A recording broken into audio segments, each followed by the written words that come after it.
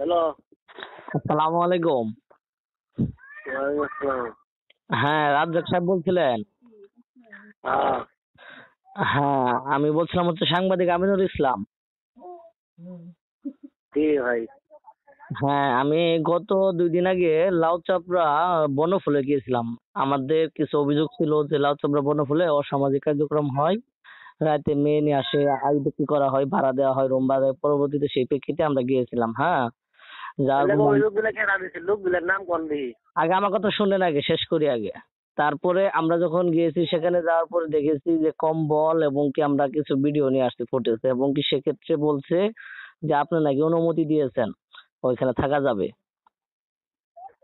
না না ওটা কেন না আমার না না, মেহমান আমার আইছিল আমার ঢাকা প্রশ্ন থেকে। যেটা সেটার উত্তর দেন, আমি তারপর আপনার আমি দিতেছি। না না ভাই এত পেট মুচুর এত উত্তর দেওয়ার পাবো না ভাই।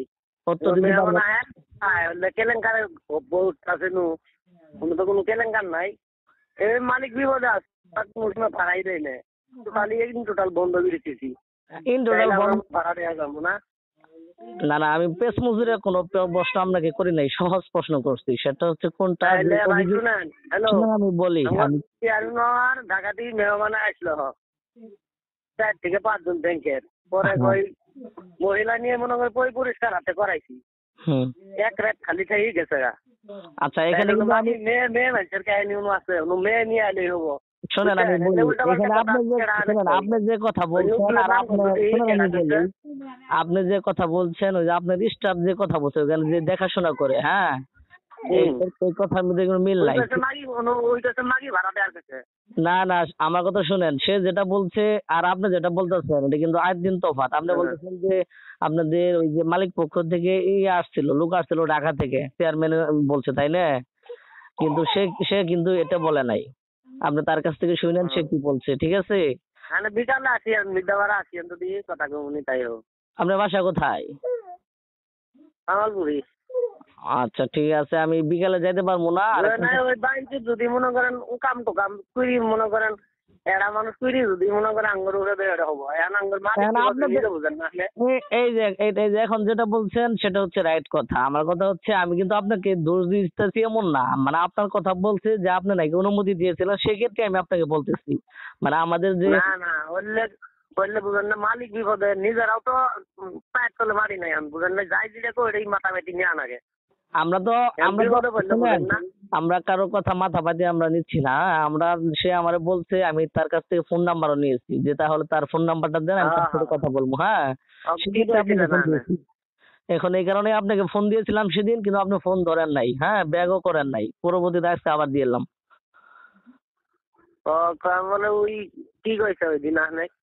ওই বলছে যে আপনি নাকি অনুমতি দিয়েছেন, বুঝছেন? হ্যাঁ তো আমি অনুমতি বল দিয়েছে মাগি আর মরদ ভাড়া দিবি আমি আমি তো অনুমতি দিব আমরা। ওইটাই কথা। আমার কথা হচ্ছে এখানে অসামাজিক কার্যক্রম নিয়ে আমরা আসছি। এখন আপনি কি বলেন, পরে বলতেছে কি যে ভাই আমাদের তো অনুমতি দিয়েছে, এখানে লোক আসছিল, বক্সিং থেকে আসছিল, এই সেই, বোঝেন নাই? হুম বলছে বক্সিং। ভালো লোক আইছিল কড়াই আইছিল ওটা ধরতাছে দি কড়াই আচ্ছা লোক আইছিল। আচ্ছা, ওইটা আপনি ব্যবস্থা করেন। আমি আপনার কাছ থেকে শুনলাম এটাই। ঠিক আছে, ভালো থাকেন। এর আগে কে আসলো আপনি বললেন ইয়ে থেকে ময়মনসিংহ থেকে 7 জনের কথা বলেছেন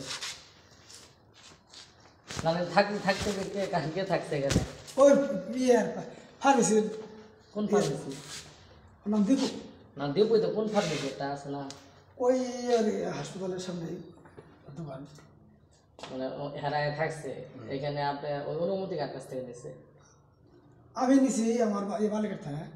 আপনার মালিক কার কাছ থেকে আপনার মালিক এখানে কে হ্যাঁ আপনার মালিক এখানে কে আমার মালিক আমার যে মুক্তিনিধি আছে না ওর কাছে বলছি যে আমার 5 জন লোক আসবো, ঠিক আছে। আচ্ছা নাম্বারটা দেন দেখি